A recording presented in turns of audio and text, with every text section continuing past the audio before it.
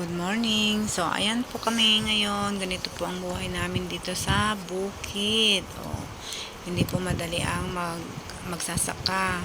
Pero, sana pinag-prepare namin. Sana i-guide po at i-bless po ni Lord ang aming mga pananim.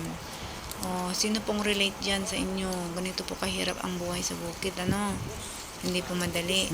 Tapos, pag inanim mo na, marami pang pagdadaanan yan. Mga bagyo, mga ganyan.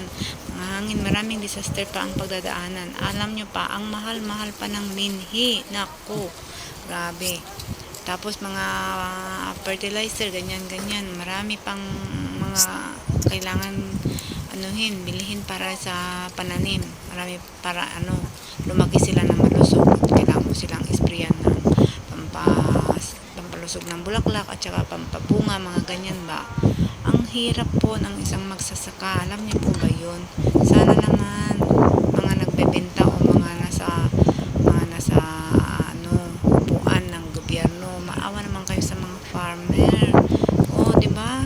Kita nyo po ang hirap. Tapos pag bininta na namin yung mga tanim namin, naku, halos hingiin na po dahil sa baba ng presyo.